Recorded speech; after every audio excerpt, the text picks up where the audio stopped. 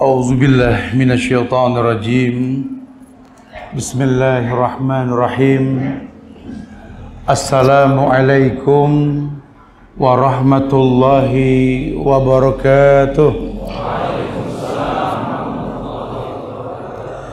Alhamdulillahilladzi arsala rasulahu bil huda wa dinil haqq liyuzhirahu 'ala ad-dini kulli wa kafa billahi shahida wa ashhadu an la ilaha illallah wahdahu la syarika lah wa ashhadu anna Muhammadan abduhu wa rasuluh.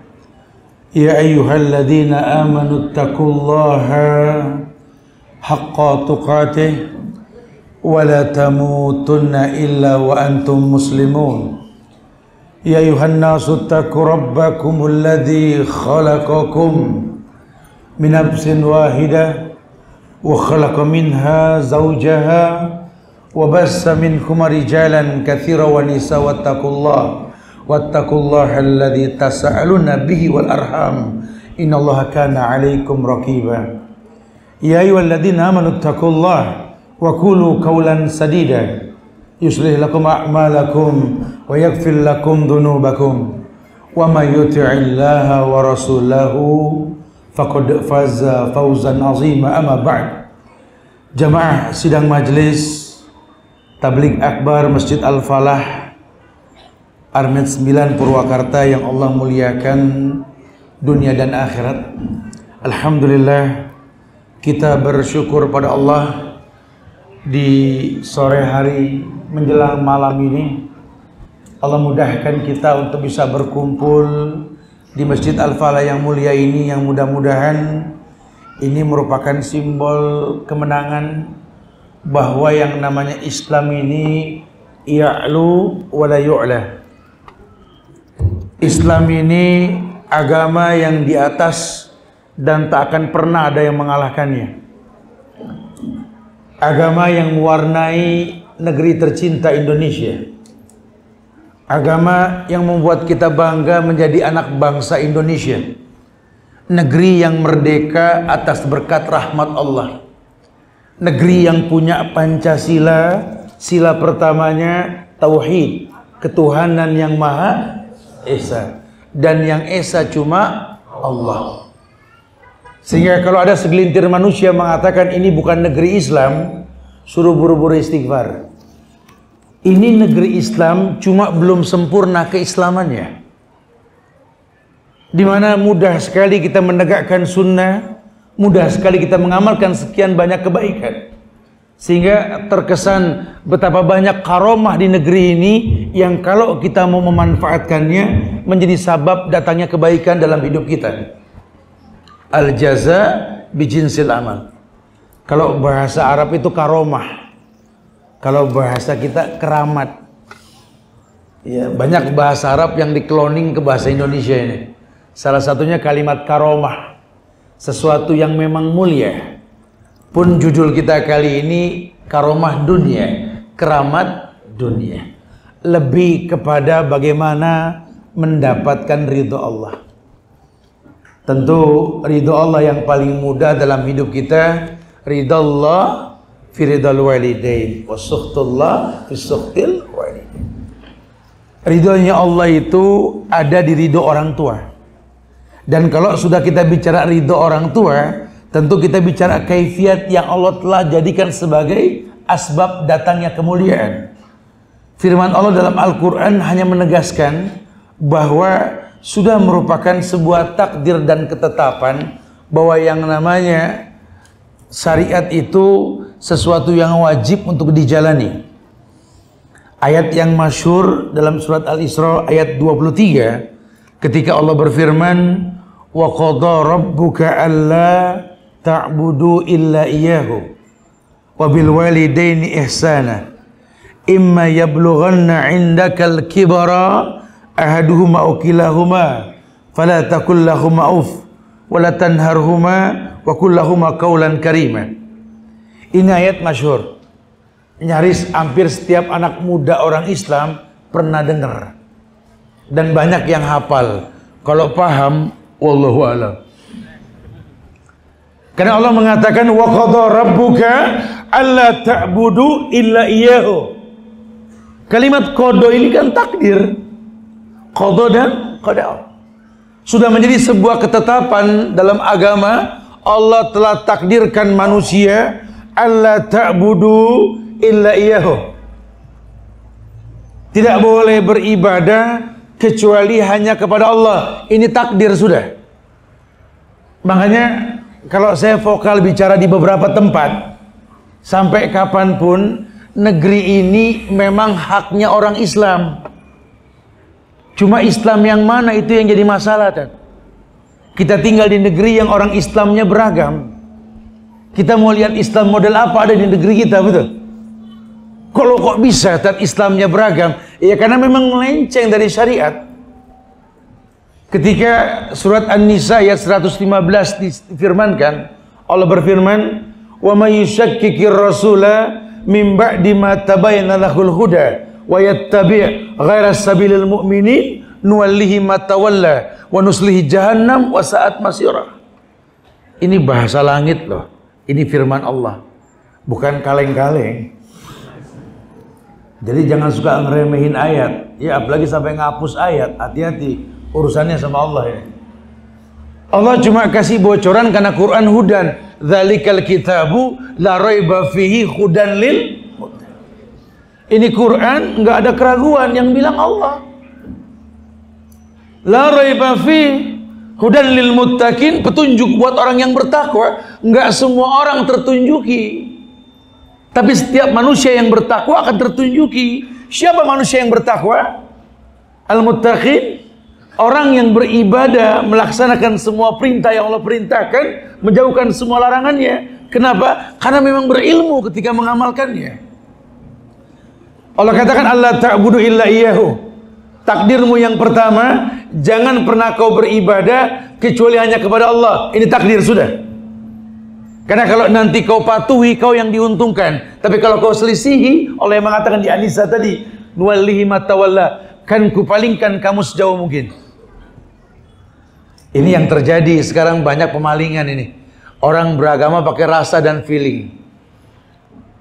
Udah sholat bro? Udah. Emang udah azan?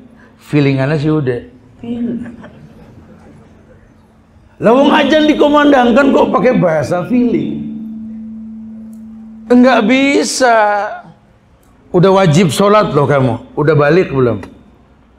Feelingannya sih udah. Enggak bisa, harus mimpi dulu. Haid dulu. Hukum kan baku, nyata, tampak, jelas, isyarat. Betul. Harusnya orang paham. Allah takdirkan yang pertama, alla ta'budu illa iyyahu. Jadi kalau kita mau ngomong yang lain nih, susah kalau ini gak dibetulin nih. Kita mau ngomong syariat apa kalau yang pertama kita gak lakukan. Makanya tauhid ini dikedepankan. Lihatlah, negeri ini merdeka atas berkat rahmat Allah karena tauhid yang pernah tegak. Dititipkan sama orang-orang dulu supaya kita mencetuskan pertama kali bahwa Indonesia ini ketuhanan yang Maha Esa dan yang Esa cuma Allah. Baru kita ngomong yang lain nanti. Karena kalau kita masih berbuat syirik, sebaik apapun yang kita lakukan tidak akan pernah baik. Kecuali tauhid dikedepankan. Tidak akan pernah terselesaikan permasalahan manusia kalau tauhid belum ditegakkan, nggak bisa. Tapi kalau sudah ditegakkan, nggak usah takut. Ini musuh-musuh Indonesia, asing dan asing, yang ingin menghancurkan negeri kita. Orang Indonesia nggak usah takut. Kalau Anda seorang Muslim, Nabi pernah ngomong sama sahabat muda yang dipanggil Ghulam. Apa kata Rasul? Ya Ghulam, annal ummata law ijtama'at ala yanfa'uka la yanfa'uka illa bi syai', aw ijtama'at ala yadurruka la yadurruka illa bi syai'. Anak kecil, Ghulam, usia 9 tahun loh kalau Ghulam itu. Nabi bilang, hei anak kecil, seluruh manusia berkumpul untuk memberikan manfaat kepada kamu. Tidak ada manfaat kecuali izin Allah. Pun mendatangkan bahaya kepada kamu. Tidak ada bahaya kecuali izin Allah. Anak kecil zaman Rasul yakin. Loh kok kita nggak yakin? Mereka berkumpul ingin menghancurkan negeri kita, membuat fitnah dalam sosial media, membeli tanah negeri kita, membuat kecurangan, mengangkat koruptor menjadi pejabat, berbuat kemaksiatan, berkoalisi. Kita yakin walillahi mulkus samawati wal ard. Bumi ini, apa yang ada di dunia ini milik Allah. Allah yang bakal tolong kita kalau kita mentauhidkan Allah. Dasar. Tidak ada yang mengkhawatirkan dalam hidup ini. Robek semua jimat, mantra, aji-aji yang di rumah. Inna ruko wat tamaim wat tiwala syirkun. Tegas. Jangan jadi muslim kaleng-kaleng. Ngaku muslim ngantongin jimat. Ngaku muslim minta sama keramat. Ngaku muslim ada aja tatoyur, ya remeng. Akhirnya kacau. Lebih lucu lagi, ada anak muda takut sama dukun. Ana bukan gak berani sama dia, Sat. Kenapa? Bapaknya dukun. Apa urusannya? Saya nggak berani sama dia karena dukun bilang saya bukan haknya dia. Kok bahasa dukun? Remeng akidah kita. Ayo dong kuatkan akidah, ini takdir loh. Nah kalau akidah sudah kuat, tolong yang kedua, yakni wabil walidaini ihsana. Ini yang kita ingin bahas. Kalimatnya ihsan loh. Dan kepada kedua orang tuamu berbuat ihsan. Ihsan itu level tertinggi setelah Islam, iman, ihsan. Ihsan itu kalau bahasa ulama, anta'budallaha ka'annaka tarahu fa in lam takun tarahu walakin Allah yarak. Nabi sabdakan begitu. Kamu berbuat baik seakan-akan kamu melihat Allah. Kalaupun kamu tidak melihat Allah, kamu yakin Allah melihat dirimu. Kamu terpantau karena kamu tahu hidupmu tercipta untuk beribadah. Maknanya kamu berbuat baik sama orang tuamu dalam kondisi dia tahu atau dia tidak tahu. Orang tua kita pernah bilang Indonesia merdeka atas berkat rahmat Allah. Dulu awal-awal kemerdekaan. Orang tua kita buatkan ketuhanan yang Maha Esa. Dulu awal-awal kemerdekaan. Kok sekarang kita mempertahankan kemerdekaan, kok nggak berani ngomong lagi? Pakai melegalkan istilah-istilah yang menentang syariat. Pak Kiai bilang Merry Christmas. Sementara ayat lam yalid walam yulad. Hapus aja tuh ayat kalau begitu. Katanya ketuhanan yang Maha Esa. Yang Esa cuma Allah. Kok dukun punya acara di TV? Kok paranormal dianggap biasa? Hapus aja tuh sila pertama kalau begitu. Sebagai bangsa kita nggak rela kalau Undang-Undang Dasar 45 dirubah. Sebagai bangsa kita nggak nerima kalau Pancasila dirubah. Kita pertahankan. Bagaimana caranya? Wahai anak bangsa, belajar untuk mengerti bagaimana berpikir memberi ke negeri ini, bukan mengambil. Jadi bangsa yang tegas gitu loh. Baru kemudian kita bahas bagaimana muamalah kita sama orang tua. Karena nanti pada akhir, apalagi kita orang laki nih, sehebat apapun kita di mata manusia, kelak menikah secantik apapun istri kita, selucu apapun anak-anak kita, sehebat apapun nilai kita di mata seluruh manusia, wallahi tak ada keberkahan dalam hidup kalau orang tua menjadi nomor 2 dalam hidupmu. Apa artinya hidup? Ya kan proses, Ustaz. Ustaz kalau ngomong begitu mungkin orang tua Ustaz nyenengin Ustaz.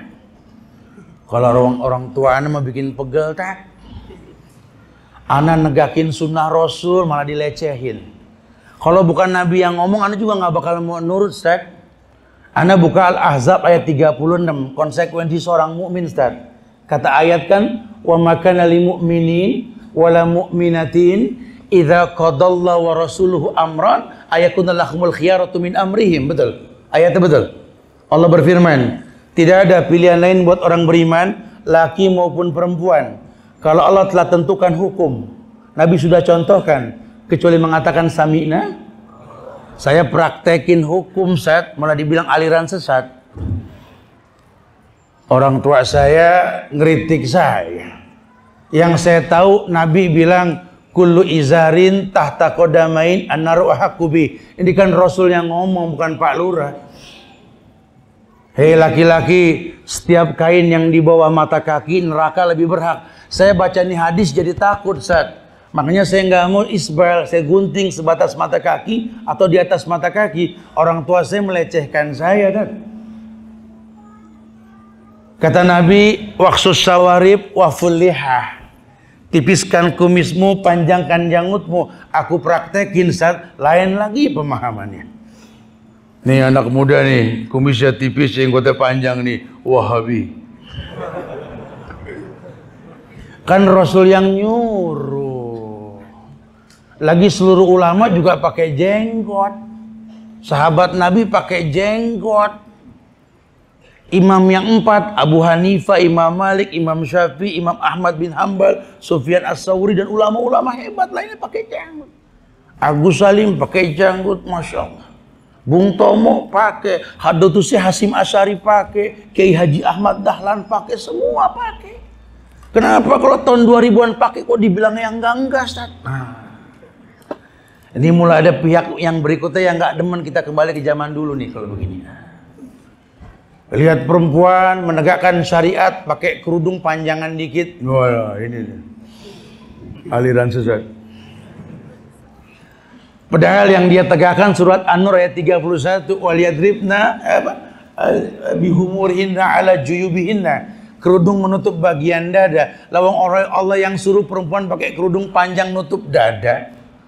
Cuma kalau sekarang kita tegakkan ini muskilatan. Itu yang terjadi. Sehingga membuat orang bingung. Terus kalau Quran ditegakkan dianggap menakutkan, apa yang mesti kuikuti? Terjadi. Orang dibikin bingung. Sehingga bingung untuk menegakkan syariat, padahal syariat tegas. Ini bahasa yang gampang sekali loh. Allah ta'budu illa iyyahu wa bil walidaini ihsana. Saya pengen berbuat baik sama orang tua, cuma orang tua saya nggak terima kebaikan yang saya lakukan. Ya sabar. Karena yang diuji sama orang tua bukan cuma kamu. Andai aku bisa memilih orang tua, aku juga akan memilih. Cuma kan hidup ini bukan pilihan. Hidup ini menjalankan takdir. Ya Allah, kalau boleh saya milih takdir, saya pengen banget jadi anaknya Rasul. Cuma kan nggak mungkin. Dan sudah lewat masanya. Andai aku bisa memilih, aku pengen menjadi anaknya Abu Bakar As-Siddiq, As-Siddiqul Akbar. Manusia yang Nabi puji dengan kalimat, "Lau kuntum muttakhidan min ahlil ardi khalilan, lattakhadtu Abu Bakrin khalilan, walakin sahibukum hadza khalilullah." Yang Nabi puji Abu Bakar, kalau boleh aku memilih kekasih, Abu Bakar kekasihku. Tapi sahabat kalian ini kan kekasih Allah, dipuji Abu Bakar As-Siddiqul Akbar. Andai aku bisa memilih menjadi anak Abu Bakar As-Siddiq. Andai aku bisa memilih takdirku, aku pengen menjadi anaknya Umar Ibn Al-Khattab. Manusia pemberani yang 100 langkah-langkahnya belum sampai tujuan, iblis kabur. Kita kalau punya bapak iblis takut, asik betul. Oh, hati-hati lo sama dia lo. Kenapa? Iblis aja kabur gitu. Andai kita bisa memilih, pengen jadi anaknya Umar, yang pernah Allah titipkan 3/4 dunia di tangannya. Islam sampai ke Eropa di bawah kekuasaan Umar Ibn Khattab. Andai aku bisa memilih, aku pengen menjadi anaknya Utsman bin Affan, Zunnurain, manusia yang punya 2 cahaya, dipuji sama Rasul ini. Manusia mulia yang pernah hidup menjadi kekasih Rasul, ahli ekonom, seorang khalifah. Cuma kan nggak mungkin. Andai aku bisa memilih, aku pengen jadi anak manusia multi talent, pemimpin, panglima, ahli ilmu dan lainnya. Ali bin Abi Thalib. Cuma kan nggak mungkin. Dialah ayahku, dialah ibuku. Manusia yang penuh salah dan dosa. Ayah yang banyak berbuat maksiat, banyak berbuat zalim. Kadang ayah yang beda agama dengan kita. Kadang ayah yang beda manhaj, beda pemahaman. Ibu yang banyak dimusuhi oleh orang. ibu yang nggak pernah akur sama mantu-mantunya, ibu yang banyak berbuat dosa dan maksiat, dialah orang tua kita. Yang harus saya pahami ada hikmah di balik ini semua. Karena kalau istilah kacang nggak ngebuang lanjaran mungkin dalam bentuk karakter, cuma kan kita nggak tahu nasib manusia. Siapa sih yang nyangka anak pembuat patung menjadi nabi mulia Abul Anbiya Ibrahim alaihissalam? Seperti kita juga nggak sangka manusia mulia Adam alaihissalam, Nuh alaihissalam punya anak durhaka. Kita juga nggak bisa pilih takdir, betul? Iya. Karena hidup ini Masya Allah. Hidup ini terserah Allah. Makanya dalam Al-Isra tadi Allah kedepankan tauhid dulu. Tujuannya apa? Supaya kita nerima takdir. Hidup ini bukan maunya kita. Hidup ini laisa masyi'na fa innama masya Allah. Hidup ini bukan terserah kita, terserah Allah. Bagaimana menjadi orang yang menerima takdir? Kalau takdir sudah kita terima, nggak ada yang bisa menghalangi kita. Bahkan api yang besar pun ketika membakar Ibrahim, cukup dia mengatakan hasbunallah wa ni'mal wakil. Kayak kita tinggal di negeri yang sedang diuji dengan bencana begini. Susah kita kasih masukan ke beberapa aparat pemerintahan untuk jangan berbuat syirik, untuk jangan sedekah laut, sedekah gunung, tapi dianggap sedekah. Ini syirik, Pak. Sedekah laut syirik. Potong kepala kerbau kasih ke laut syirik. Kasih ke penghuni gunung syirik. Ini kan pesta rakyat. Lagi juga di laut ada makhluk. Boleh kita sedekah. Nah kalau sedekah ke laut memang boleh. Kan bab sedekah kan surat At-Taubah ayat 60, betul? 8 golongan yang berhak dapat sedekah. Ada laut gak? Susah anak buah ratu ubur-ubur.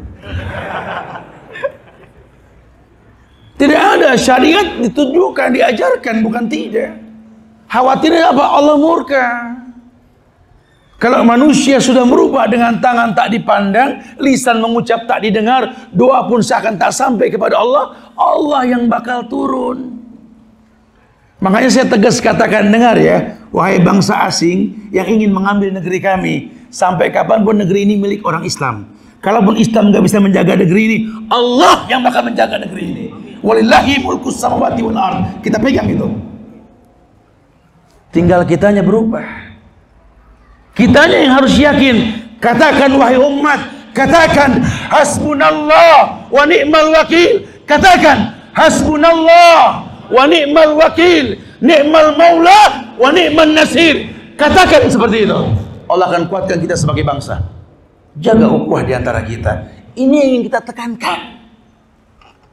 Sehingga memahami hukum itu mudah kalau akidah sudah kuat. Susah hukum kita terapkan kalau akidah masih kaleng-kaleng. Emang zaman Rasul nggak ada orang kafir?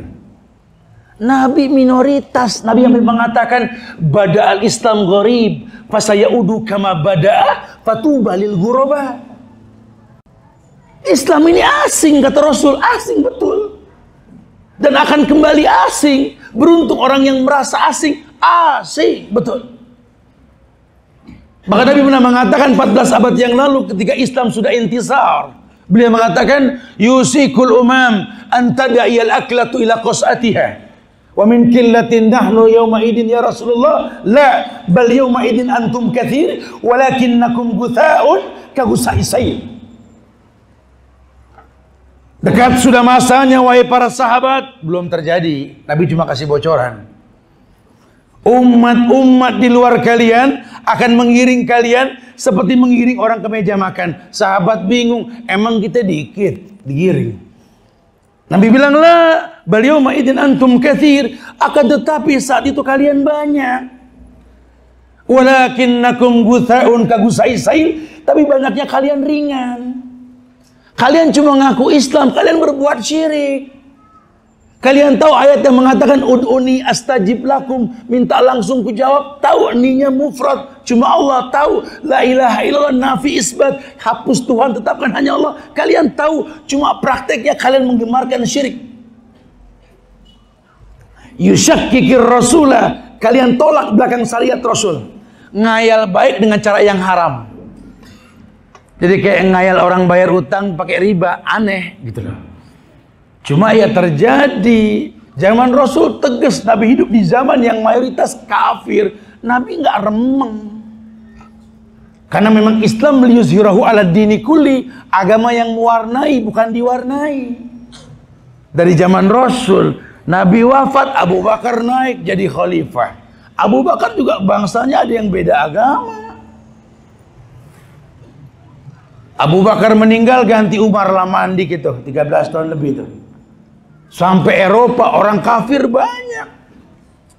Umar meninggal naik Utsman. Utsman juga bangsanya yang kafir banyak. Ali juga sama. Tapi tidak ada satu mereka pun yang berani mengatakan toleransi dalam hal keagamaan.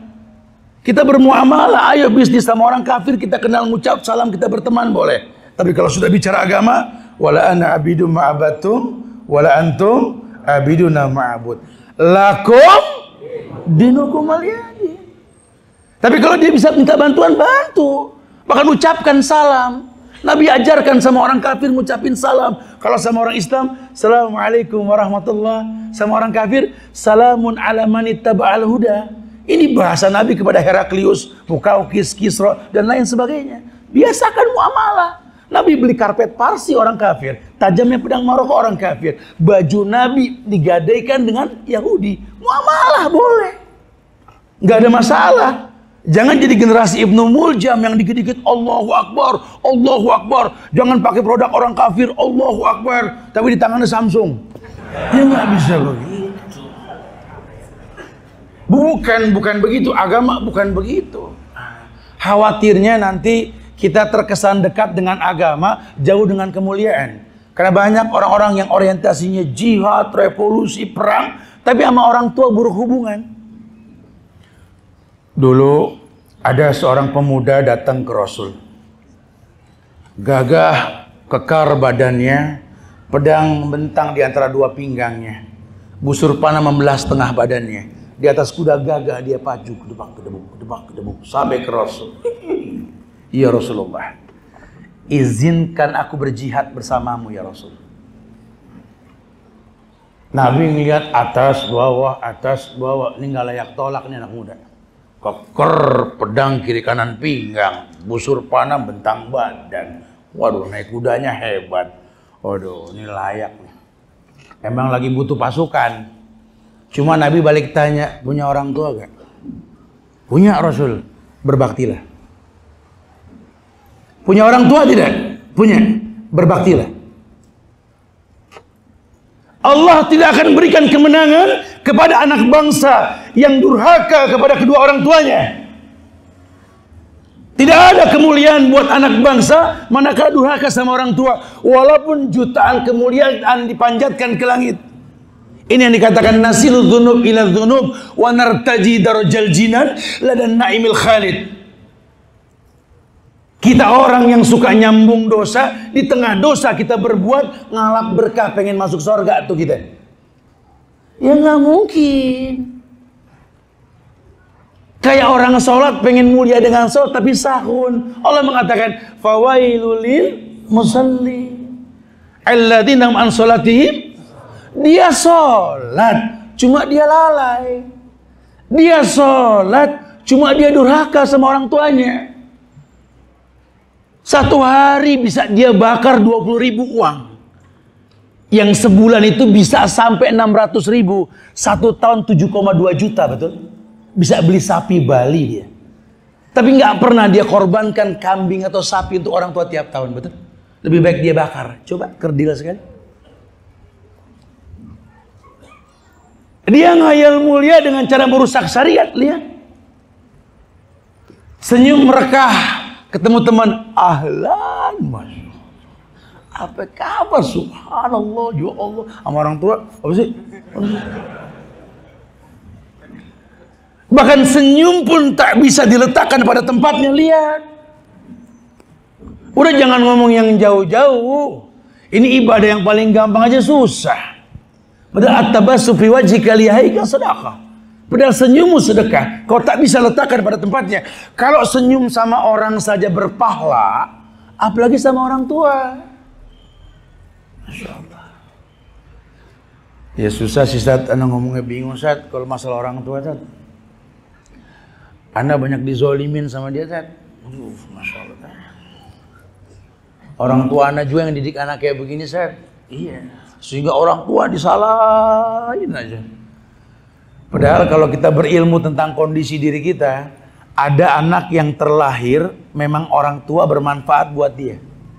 Kata Allah, nahnu narzukukum wa iyyahum.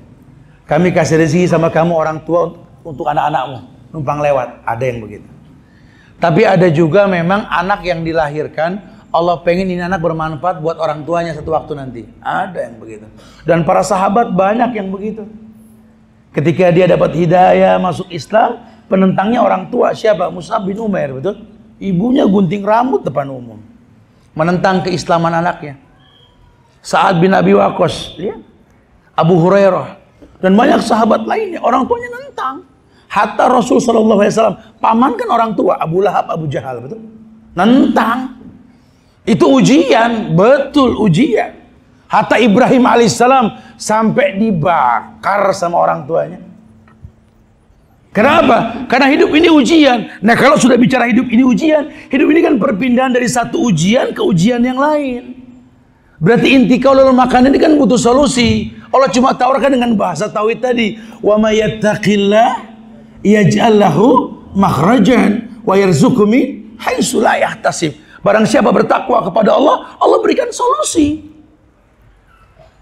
Makanya masalah hidup ini kalau pengen ada solusinya, jangan jauh dari Allah. Dan jauh dari Allah yang paling jauh ketika syirik dikumandangkan. Ini syirik dikumandangkan sudah. Orang suruh murtad tiap tahun, menerima Tuhan lahiran tiap tahun. Rakyat dibikin bingung, lawang yang ngomong Pak Kiai, lawang yang ngomong Ustadz besar, lawang yang ngomong Grandmaster Teacher. Ayat sudah nggak berlaku, walaupun tegas lam yalid walam. Loh, jadi gimana solusinya? Nggak usah ribut, anak bangsa jaga ukhuwah. Solusinya belajar. Sing-singkan khilaf di antara kita, sudah. Saatnya kita belajar. Khilaf sudah dibukukan. Jangan jadi khilaf mazhab jadi sebuah keributan buat kita, jangan.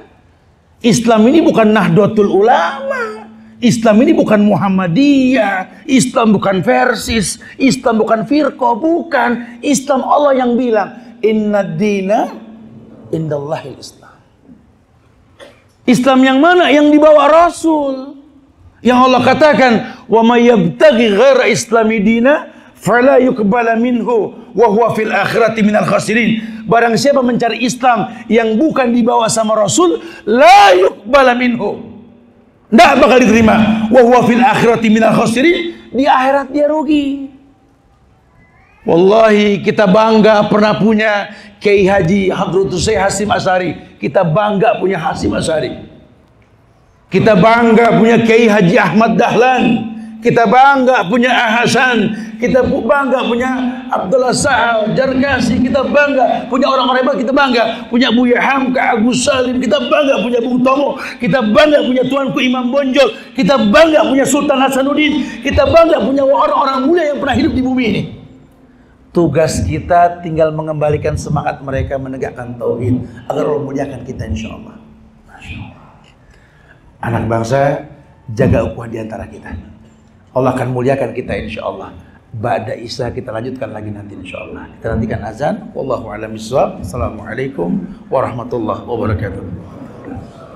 Alhamdulillah. Hamdan katsiran thayyiban mubarakan fi kama yuhibbu rabbuna wa yarda. Asyhadu an la ilaha illallah wahdahu la syarika lah. Wa ashhadu anna Muhammadan abduhu wa rasuluh. Amma ba'du, jamaah sidang majlis Masjid Al-Falah yang Allah muliakan dunia dan akhirat. Alhamdulillah, kita kembali bersyukur pada Allah. Allah mudahkan kita untuk melanjutkan bahasan kita setelah melaksanakan kewajiban kita sebagai muslim yang beriman, yang mukallaf, yakni sholat isya berjamaah. dan semoga Allah jadikan sebagai penyebab datangnya keberkahan ke depan insyaallah. Kita akan sedikit lanjutkan bahasan kita, kemudian kita akan coba berdialog bahwa ternyata memang Ibnu Qayyim Al-Jauziyah mengatakan terkadang takdir itu hukum sebab akibat. Al-jaza bijinsil amal, merujuk pada hadis yang mengatakan bahwa balasan itu tergantung perbuatan.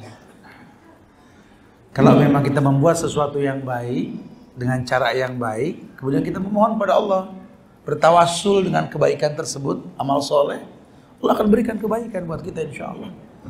Tapi kalau sesuatu yang buruk yang kita buat, kita bertawassul dengan keburukan, melobi Allah untuk sebuah kebaikan, kita lupa. Innallaha thayyib la yaqbalu illa thayyiban. Allah itu baik, cuma nerima yang baik. Jadi jangan pernah mengemas sesuatu yang buruk, kita persembahkan ke Allah untuk dapat sebuah kebaikan. Ini yang kata Ibnu Qayyim, ada hukum sebab akibat. Kita yang perlu ada muamalah dengan baik sama Allah. Makanya ayat dikedepankan tadi, wa qadha rabbuka alla ta'budu illa iyyahu, itu dulu. Takdirmu jangan beribadah kepada selain Allah. Disiplin diri. Bisa gak kita paham la ilaha illallah dengan benar? Jangan cuma marah ketika la ilaha illallah dibakar. Ya wajib marahlah lawang dibakar. Iya, saya gak menyalahkan, bahkan saya setuju untuk marah kalau la ilaha illallah dibakar. Cuma buat kita bukan marah saat dibakar saja gitu loh. Marah ketika la ilaha illallah dihilangkan maknanya. La ilaha nafi illallah isbat. Hapus ilah yang diibadahi selain Allah, tetapkan hanya Allah. Itu makna la ilaha. Jadi ini yang kita pegang. Kalau berkait nanti ditulis di bendera, ikat pala, topi, baju, Malaysia nggak apa-apa. Tapi tolong adab, jangan sampai dicuci dengan barang-barang yang nggak layak, ya, kotoran bayi atau hal-hal yang nggak senonoh, itu adab, beda bab nanti, ya mak. Kalau sudah paham tauhid dengan benar, syariat itu gampang. Allah sudah bilang ke ud'uni astajib lakum, pasti ku jawab semua yang kau minta. Tapi tolong ud'uni, minta sama aku saja. Kamu jangan berbuat syirik. Karena ada ayat yang mengatakan wa minan nasi mayattakhidhu min dunillahi andadan yuhibbunahum kahubbillah walladzina amanu asyaddu hubban lillah. Karena ada nanti syariat yang mengatakan ada sebagian manusia yang mengambil Tuhan-Tuhan selain Allah, mencintainya seperti mencintai Allah. Tapi Allah bilang walladzina amanu asyaddu hubban lillah, orang yang beriman akan lebih mencintai Allah daripada segalanya. Enak ngomong wabil walidaini ihsananya, enak. Kepada kedua orang tua berbuat ihsan. Pernah ada seorang pemuda datang ke Rasul, ya Rasulullah, izinkan aku berzina ya Rasulullah. Ada orang-orang yang begini zaman Rasul, ada. Datang ke Rasul izin zina. Kebayang gak tuh? Dosanya terang-terangan. Sekarang mana ada yang berani, tat, afandat, anak zina dulu, berani gitu. Dulu zaman Rasul ada yang datang, ya Rasulullah, izinkan aku berzina. Nabi hanya mengatakan sholaita ya akhi, udah sholat belum? Lama, salli, sholat dulu. Pantesan belum sholat. Wajar kalau ngayal maksiat. Habis sholat datang lagi, izinin dong Rasul berzina. Sholat udah.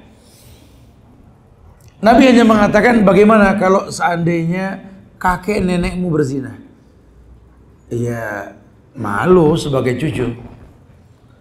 Bagaimana menurutmu kalau ayah ibumu berzina? Ya malulah sebagai anak. Anak cucumu pun bakal malu kalau kau melakukannya. Rasul yang diantem rasa. Karena Kita kalau ngomong sama orang jangan dipukul rata, lihat level iman. Kalimun nas bima ya'rifu alaihi, kata Rasul. Ajak ngomong manusia dengan levelnya. Takutnya nggak paham nih. Main pukul rata, akhirnya jadi rusak syariat. Semua ada tahapannya. Semua ada waktu untuk menyampaikannya. Nggak ada yang bilang cabai haram, tanya MUI. Cuma kalau bayi baru seminggu ya jangan. Ya. Cuma tertunda hukum karena syariat belum layak sampai. Mungkin begitu. Sama dengan syariat juga sama. Makanya ketika kita mendakwahkan diri kita sampai dakwah kepada kita, banyak hubungan anak sama orang tua rusak. Kenapa? Anak berubah fungsi sama orang tua. Anak apa?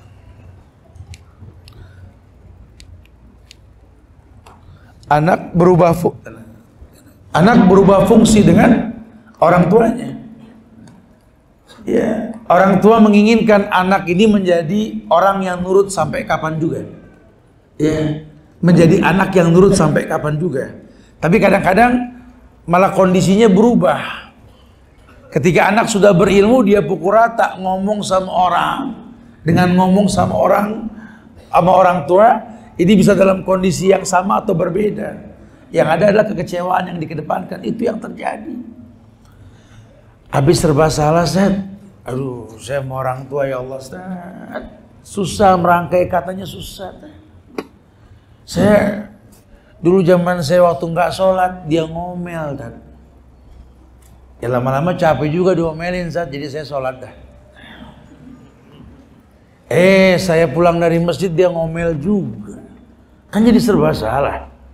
Nggak sholat salah, sholat juga salah. Bingung, Ustaz. Coba Ustaz jadi saya. Oh enggak, saya bilang gitu.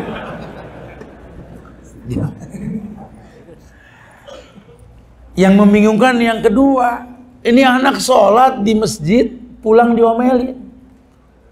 Bingung gak Ustaz? Ya bingung.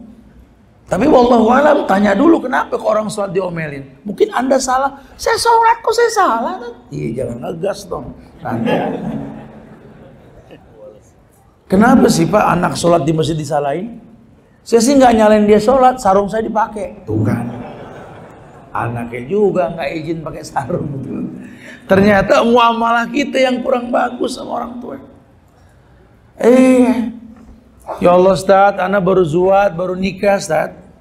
Takut maksiat, yuridul afaf, pengen buru-buru nikah, nggak pengen zina Ustaz. Mertua, orang tua sama mantu jadi nggak akur. Loh kok bisa? Saya gandeng bini, Tat, nemuin orang tua mah jalan dulu mah ya. Biar kelihatan akur, Tat. Branding depan orang tua, cemberut, nangis. Kan saya jadi panik, ya Allah mah. Kok jadi nangis, kan kita akur. Mama yang bilang kurotain, pemandangan yang indah. Doa mama kan, Rabbana hablana min azwajina wa zurriyatina.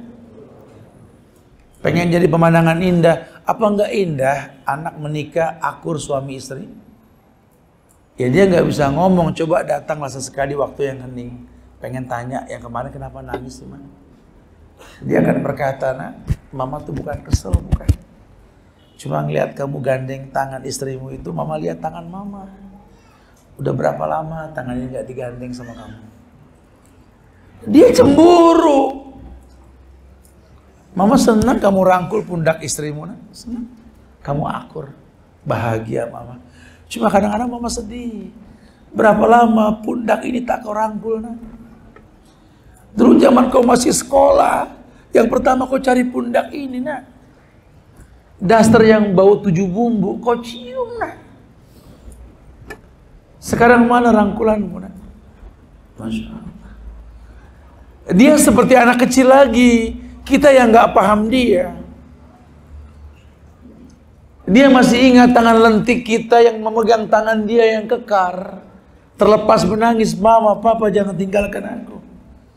Sekarang tangannya sudah keriput, tak bisa menangkap tangan kita. Dia nggak bisa menangis kayak anak kecil. Nah, jangan tinggalkan kami, nak. Jangan hakimi kami, nak.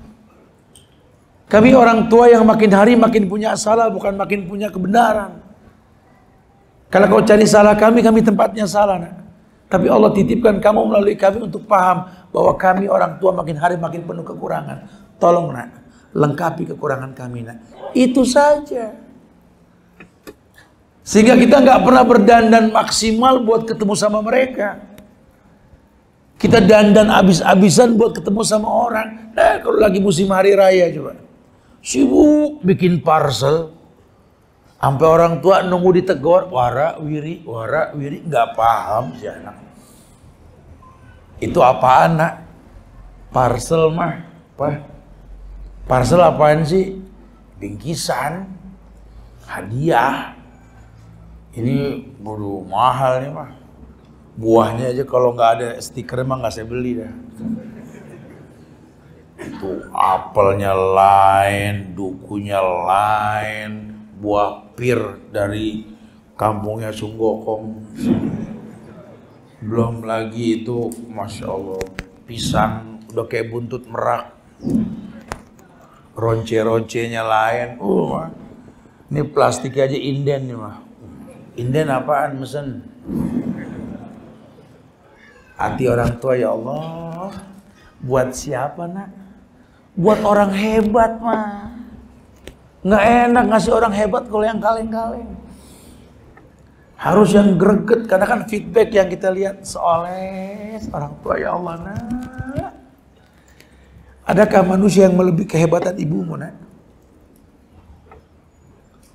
Adakah manusia yang mau merasakan sakit ketika mengandung nak? Adakah seorang wanita yang siap meminum cairan pahit jamu yang dia tidak sukai untuk kebaikan baiknya nak? Tidak. Kamu pernah menghayal tidak? Ada seseorang yang menangkap muntahmu nak, dan dia kunyah muntahmu nak.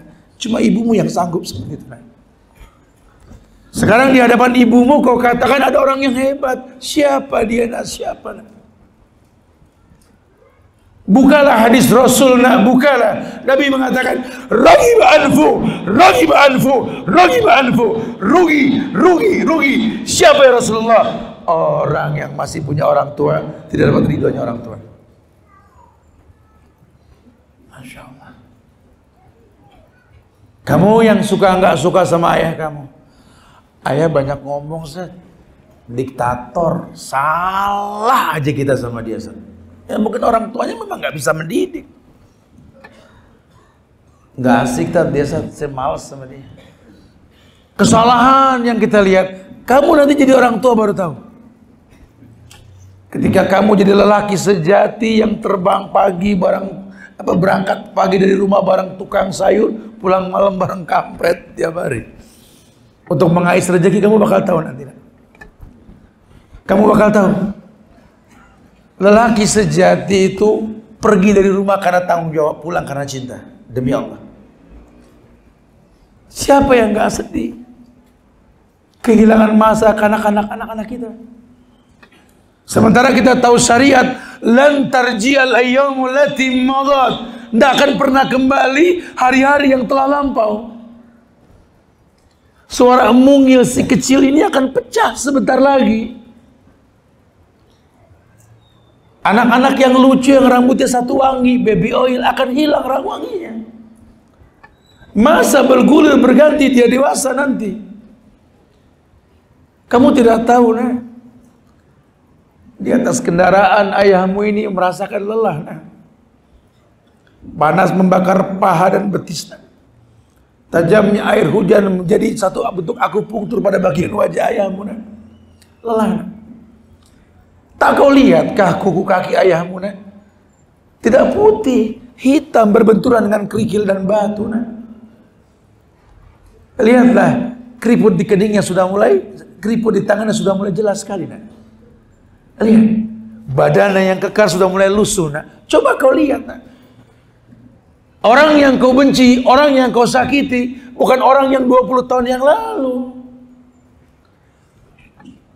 Coba lihatlah. Kau yang tak suka dengan ibumu, kau yang tak suka dengan ayahmu, ingat, ini keramat duniamu. Sisihkan sedikit waktumu, temui mereka, sesekali temui mereka. Apalagi kalau kamu temui mereka dalam kondisi tidur mereka, lihat. Kamu yang tahu lah itu orang tua kamu, tidur siang, tidur malam, longokin coba. Kamu yang benci sama mamah kamu karena kecewa dan tak akur sama istrimu, coba lihat ibumu sedang tidur, coba lihat. Coba lihat. Tatap wajah ibu kita coba. Ya Allah, mama. Lihat. Kerut di kening mama sudah mulai tampak. Mata mama yang hitam sudah mulai bersepah putih. Coba lihat. Ini perempuan cantik loh, 30 tahun yang lalu orang rebutan dia loh. Pipinya yang cabi sudah mulai kendur, lihat. Giginya sudah mulai tanggal. Lihat tangannya yang lentik sudah mulai keriput. Lihat. Masya Allah. Ini orang yang kau benci. Atau lihat ayahmu yang sedang tidur, lelaki tampan gagah yang pernah hidup beberapa puluh tahun yang lalu, lihat. Ya Allah, Abah. Kerut kening Abah sudah mulai tampan. Wajah tampan sudah mulai menua, uban di mana-mana, keriput. Ya Allah, mata hitamnya yang tajam sudah mulai bersepah putih. Dia bukan dia yang 20 tahun yang lalu. Lihat napasnya. Ini orang yang kau benci. Ini orang yang kau anggap tak pernah menguntungkan dirimu. Orang yang Allah percayakan kamu melalui dia. Wallahi, temui mereka besok, temui. Atau malam ini temui mereka. Mumpung masih hangat jari jemari mereka, temui. Cium, rasakan wangi kulitnya. Rasakan. Karena mungkin sebentar lagi daging bangkai yang kau cium dari mereka. Daging bangkai yang kau bakal cium dari mereka. Kau mandikan mayitnya, kau bersihkan kukunya, kau basuh pundaknya, kau wudukan dia. Dia sudah tak bisa bergerak, lihat. Air mata tak menghidupkan mereka kembali. Keramat duniamu telah hilang. Makin sulit kau taklukkan dunia. Padahal kalau keramat dunia di tangan, ridho kau dapatkan, hidup ini tak ada yang susah. Cuma karena kita nggak mengerti bagaimana memulai sebuah kehidupan, makanya Islam tekankan ridallah fi ridal walidain wa sukhtullah fi sukhtil walidain. Kamu pengen dapat ridho Allah, deketin orang tuamu. Orang yang pernah menyiapkan 11 maaf dari 10 dosa yang kau lakukan. Orang yang pernah menyiapkan 101 maaf atas 100 dosa yang pernah kau lakukan. Orang yang paham biar bagaimana tak ada bekas anak. Kasih orang tua sepanjang jalan, kasih anak sepanjang jalan. Temui mereka. Berkah dalam hidup akan tampak dengan sendirinya. Masya Allah.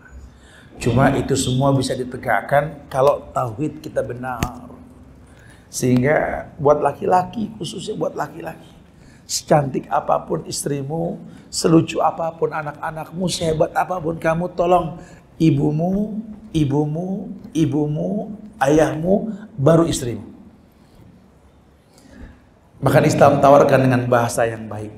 Seorang laki-laki yang dekat dengan ibunya, saudara perempuannya, akan memimpin rumah tangga ke surganya Allah insyaAllah. Khiyarukum linisaikum. Yang paling baik di antara kalian, yang paling baik dan wanita-wanita kalian. Ya Allah, keramat duniamu masih ada. Muliakan dia Allah, muliakan kita insyaAllah. Baiklah jamaah, kita berdialog untuk lebih membesarkan bahasan kita. Mungkin ada yang mau ditanyakan, silakan. Akhiru da'wana anil hamdulillahi rabbil alamin.